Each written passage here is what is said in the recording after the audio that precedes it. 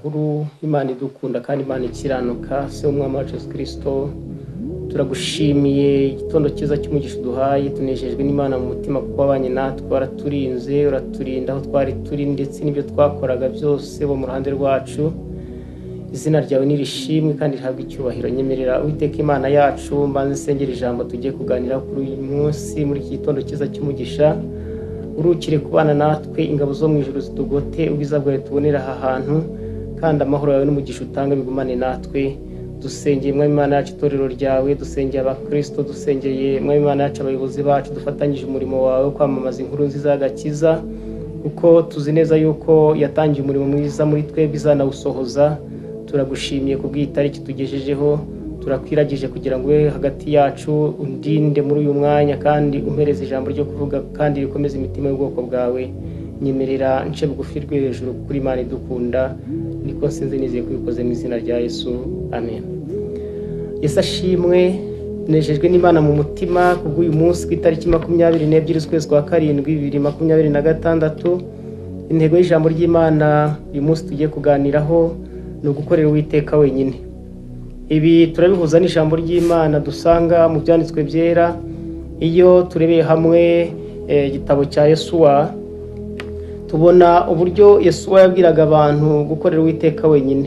Ibi usoma no mu gitabo cya Rusi, aha n'icyemezo Rusi yiyemeje kuzabana na nyirabukwe Nawomi akaramata mu gihe yarahuye n'akaga gadasanzwe, mu gihe yarabujije umugabo we. Atekereza neza yuko nyirabukwe Nawomi yamubereye urugero rwiza yakurikiza. Aravuga ati sinzakuvaho naho haza ibindi birenze ibi byago mpuye nabyo byo kubura umugabo, ariko nzakugumaho. Ariko igihe kimwe Nawomi aza gusaba abakazana be bombi ndetse Rusi na Oropa, abasaba ko badakwiye kuzagumana nawe kuko ntabwo ashobora kubizabyara abahungu babe bamubera abagabo. Afata icyemezo arababwira ati rero ndabasomye. Yabahaga uburenganzira bwo kujya kwishakira abandi bagabo, kuko yabonaga neza yuko naho yacyurwa uwo munsi akaryamana n'umugabo muri icyo gihe atari kubyara abana ngo babe baba abagabo baba bakazana be. Afata icyemezo arababwira ati rero bakazana banjye, bana banjye, mwabaye mu mwanya mwiza ndetse murankunda murananyubahisha, ariko mbaha uburenganzira mujye kwishakira kuko abagabo banyu bamaze gupfa. Rusi afata icyemezo aravuga ati ibyiza nge nzakugumaho. Oropa afata icyemezo aravuga ati jyewe rero wari warantindiye mabukwe. Ibyo yabivugaga mu mutima, ntiyabyeruye ngo abigaragaze, nta naho wabisoma mu ijambo ry'Imana, ariko afata icyemezo ajya gushaka umugabo. Ariko iyo usomye neza ijambo ry'Imana dusanga mu byanditswe byera kuri Yesuwa igice cya 24 umurongo wa 14, hatubwira umutwe w'amagambo Yosuwa atekerereza Abisiraheli ibyabaye, abihanangiriza gukorera Uwiteka wenyine. Yesu ashimwe. Tunejejwe n'Imana mu mutima ko uyu munsi wa none dufite ijambo ryiza, intego itubwira gukorera Uwiteka wenyine, kuko ni icyemezo umukristo afata ubwe atagishije mugenzi w'inama. Nta nubwo hamagara inshuti ngo ngiye gukorera Uwiteka. Ni ikintu kimuzamo, ni ikintu afatamo icyemezo akavuga ati ngiye gukorera Uwiteka kuko ibindi byose mbona nta mumaro. Yesu ashimwe. Imana itugirire neza igitondo cyiza cy'umugisha.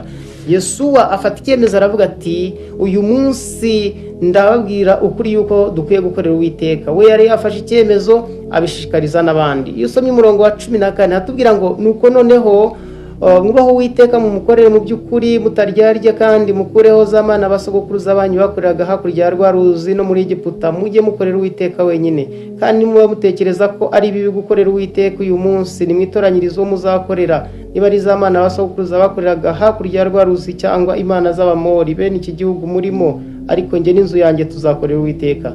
Yesu ashimwe. Iki ni icyemezo Yesu yafashe. Afata icyemezo aravuga ati njye n'inzu yanjye. Bari bamaze kwicara babitekerezaho. Ntabwo yicaye wenyine ngo abitekereze, yicaranye n'umudamu we, yicarana n'abana be, inshuti ze arazicaza arabwira ati rero ibyiza nuko dukwiye gukorera Uwiteka wenyine. Abantu nabo baramusubiza bati, bamaze kubyumva babiha agaciro, babona yuko nta kindi bakwiye gukora, bakwiye gukorera Uwiteka wenyine. Abantu baramusubiza ku murongo wa 16, baramusubiza bati kwimura Uwiteka ngo dukorere izindi mana biragatsindwa, kuko Uwiteka Imana yacu ariyo ariyo Mana yacu yadukuranye muri Egiputa n'abasogokuruza ikatuvana mu nzu y'uburetwa. Yesu ashimwe. Umurongo wa 18, imbere yacu Uwiteka yirukanye abo muri ayo mahanga yose hamwe n'Abamori bari batuye muri iki gihugu, nicyo kizatuma dukorera Uwiteka kuko ariyo Mana yacu. Yesu ashimwe. Umurongo wa 21, nuko abantu babwira Yosuwa bati oya, ahubwo tuzakorera Uwiteka. Yosuwa abwira abantu ati nuko muri abagabo kwihamiriza ibyo yuko muhisemo Uwiteka kuba ari we muzakorera. Nabo bati turi abagabo b'ibyo. Yosuwa ati noneho ubwo ari byo mukureho za mana z'abanyamahanga ziri muri mwe mukorera Uwiteka. Murongo wa 23, Yosuwa ati noneho ubwo ari byo mukureho imana z'abanyamahanga ziri muri mwe mukomereze imitima yanyu ku Uwiteka Imana ya Isiraheli. Abantu babwira Yosuwa bati Uwiteka Imana yacu niyo tuzakorera kandi tuzayumvira. Nuko uwo munsi Yosuwa asezerana n'abantu abahera amategeko n'amateka i Shekemu. Yesu ashimwe. Aha hantu Yosuwa asezerana n'abantu hari ahantu ku musozi i Shekemu, cyangwa se ahantu bari bicaye nk'uko twicaye dutya, ariko bahabwa amasezerano nabo barisezeranira, bafata icyemezo baravuga bati dufashe umwanya mwiza wo gufata icyemezo cyo gukorera Uwiteka wenyine. Bafata icyemezo rero baravuga ati duha amategeko n'amateka aha kuri uyu musozi i Shekemu. Hari i Shekemu uyu munsi turahagereranya aho turahangaha kuri uyu musozi wa Kabarore, turahagereranya ni Shekemu. Ni ahantu Imana yadutoranyirije kugira ngo tuhavugire izina ry'Uwiteka, kandi duhisemo icyemezo cyiza kuko namwe mwihitiyemo gukorera Uwiteka wenyine. Iri ni isezerano dusezeranye kuri izi tariki 22 z'ukwezi kwa karindwi muri uyu mwaka wa 2026. Aha niho duherewe amategeko n'amateka kuri uyu musozi wa Kabarore. Imana itugirire neza. Yesu ashimwe. Rero ntibyari byoroshye kuba inkuru ya mbere twatangiriyeho ya Rusi na Nawomi ndetse na mugenzi we Oropa, ntabwo byari byoroshye kuba Rusi yarafashe icyemezo kugumana na nyirabukwe akamubaho akaramata, mu gihe yarafashe icyemezo cyo gutekereza ngo ariko se ko ampaye uburenganzira ko kujya gushaka undi mugabo. Gusezerana na nyirabukwe afashe icyemezo kidasanzwe, kuba yiyemeza gusigarana na nyirabukwe abujije umugabo. Icyo ni kimwe na gahinda gakomeye, ariko ufite Kristo afite byose, akiyemeza kuzagumana na nyirabukwe. Nta mwana yari asigiwe icyo gihe, byari bikomeye, ariko arasezerana avuga ati nge nzagumana na mabukwe kuko Nawomi yari amubereye inkoramutima. Yari nyirabukwe rero umukunda, nawe aramukunda, aramukungakazwa. Ariko igihe cyaje kugera, Imana iza kumugirira neza, aza kujya guhumba ku mbuga y'umugabo witwaga Bowazi. Yesu ashimwe. Nagira ngo mbibutse neza yuko abibutse Uwiteka Imana ntibakajye bahwema, kuko Imana ifitanye isezerano natwe kuko izatugirira neza. Rusi yafashe icyemezo cyo kuguma kuri nyirabukwe, ariko kubw'isezerano yarasezeranye n'Imana yo mu ijuru, ntabwo yigeze imukoza n'isoni, ntabwo yigeze aguma aho ngaho atabyaye ngo adashatse undi mugabo, ahubwo yagiye ku mbuga ya Bowazi. Bowazi nk'umwami wari uriho muri icyo gihe afata icyemezo aravuga ati ariko rero uyu mudamu uhora ujuza, uyu muntu uhoroza, abwira abakozi ababwira ati uyu muntu ntakajya ahumba, ahubwo mujye mugira ibyo musigaza bifatika, abone ibyo atwara, kuko uyu muntu si uwo guhumba. Imana itugirire neza. Uyu Bowazi yafashe icyemezo aravuga ati uyu muntu ntabwo akwiye kujya ahumba muri iyi mirima y'abandi basaruyemo, ahubwo ngiye kumutunga abo umugore wanjye. Imana itugirire neza. Bowazi aramutunga. Iyo usomye neza ijambo ry'Imana ritwereka neza yuko Yosuwa yashinze ibuye ry'umuhamya, kandi iryo jambo turisanga ku murongo wa 26 muri icyo gice cya 24 kuri Yosuwa. Imana itugirire neza, kandi Imana ikunda abayinambaho nk'uko Rusi yanambye kuri Nawomi. Imana ifitanye isezerano natwe izatugirira neza, ariko nimba tuyigumyeho tukayibaho akaramata. Imana iradukunda, yiteguye kutugirira neza, kandi igambiriye kutugirira neza, kuko isezerano ifitanye natwe ni iryo kuzabana natwe ubuziraherezo. Imana iri mu ruhande rwacu nk'uko Imana yabanye na Rusi iba mu ruhande rwe, nk'uko Imana yabanye na Yosuwa iba mu ruhande rwe, aho yifatiye icyemezo nka Yosuwa aravuga ati njye n'inzu yanjye tuzakorera Uwiteka. Abantu nabo babitekerejeho, babibonye, babona yuko bakwiye gukorera Uwiteka. Ku murongo wa 20, kandi Yosuwa yasezeranaga n'abantu arababwira ati kandi nimwimura Uwiteka. Yosuwa atekereza isezerano abantu bisezeraniye, aravuga ati ariko ni byiza ko ngwiye kwibutsa aba bantu ibyo bisezeranije ubwabo. Ku murongo wa 20 muri icyo gice cya 24, Yosuwa, kandi nimwimura Uwiteka mugakorera imana z'abanyamahanga, azahindukirira abagirire nabi, abarimbure nubwo yari yarabagiriye neza. Nuko abantu nibwo bifatiye icyemezo, baravuga bati ku murongo wa 21, nuko abantu babwira Yosuwa bati oya, ahubwo tuzakorera Uwiteka. Yosuwa abwira abantu ati nuko muri abagabo kwihamiriza ibyo, yuko muhisemo Uwiteka kuba ari we muzakorera. Nabo bati turi abagabo b'ibyo. Yosuwa ati noneho ubwo ari byo, mukureho iz'amana z'abanyamahanga ziri muri mwe, mukomereze imitima. Imana z'abanyamahanga Yosuwa yababwiraga nukureka ibyaha. Imana iduhamagarira kuyikunda no kuyikorera ibihe byose, tutagize ikintu na kimwe tuyibangikanya nacyo. Imana iradukunda, igambiriye kutugirira neza, ariko yanga kugira ngo ibangikanye n'ibidafite umumaro. Yosuwa yabwiraga abantu ngo mukureho imana z'abanyamahanga. Izi mana z'abanyamahanga Yosuwa yabwiraga abantu, Abisiraheli yabwiraga icyo gihe, ni igihe kimwe abantu batekerezwaga ko hari ibyaha abantu basubiramo.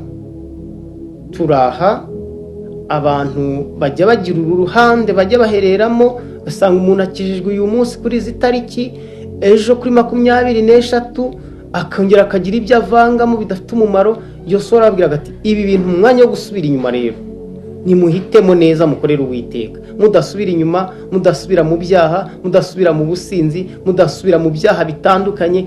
Ibikorerwa muri ino si bitari byiza mubivemo, mwakire Kristo, mukorera Uwiteka wenyine, nk'uko intego itubwira gukorera Uwiteka wenyine, nk'uko Yosuwa yasezeranaga n'abantu.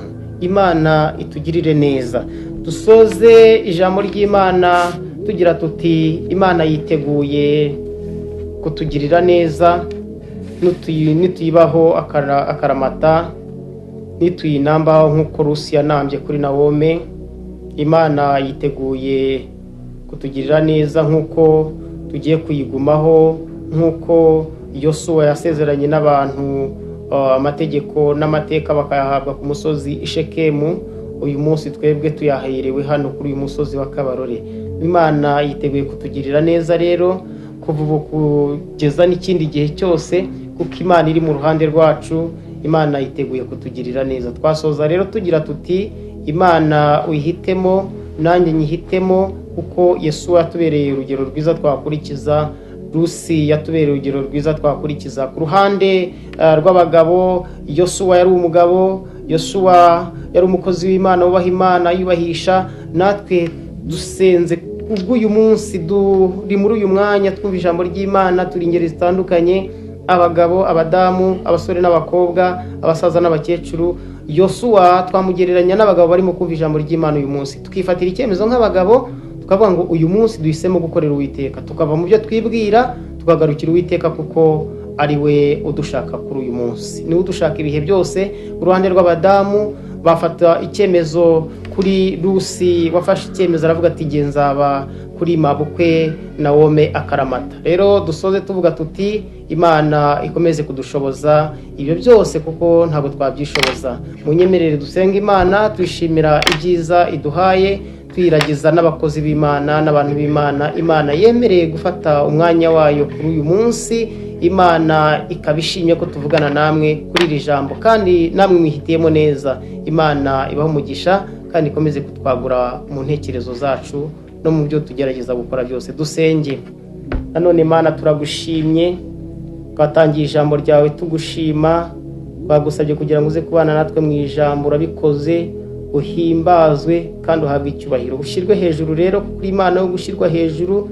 Ibindi byose nibituze, kuko muri ibyo yaravuze ngo ibigirwamana byose nibituze Imana rurema niyikomeye. Turagushimiye kubw'ijambo ryawe tugejeje kubw'uyu munsi, turagushimiye kubw'icyemezo abagaraguwe n'abajawe bafashe muri uyu munsi. Mwami Imana yacu ibihe byose si umunsi umwe gusa bafashe iki cyemezo cyo gukorera Uwiteka wenyine, ahubwo ni ukuva kuri iyi tariki kugeza ku buzima bwabo bwose. Mwami Imana yacu bakiri bazima kuko bahisemo kugukorera. Mwami ntabwo twabyishoboza, nabo ubwabo ntibabyishoboza, abagaragu bawe ntibabyishoboza, abaja bawe ntibabyishoboza, abasore n'abakobwa ntibabyishoboza kuko turi muri ino si. Ariko icyo tugukundira ni uko Mwami Imana yacu ijambo ritubwira ngo nituguma muri wowe amagambo yakaguma muri twebwe. Mwami ibi warabivugaga mu gihe cya Yohana Mwami, ariko uravuga ngo nituguma muri wowe amagambo yakaguma muri twe, dusaba icyo dushaka cyose tuzagihabwa. Mwami turagushimiye kubwira ijambo, udukomeze cyane, utwubake nk'amabuye mazima.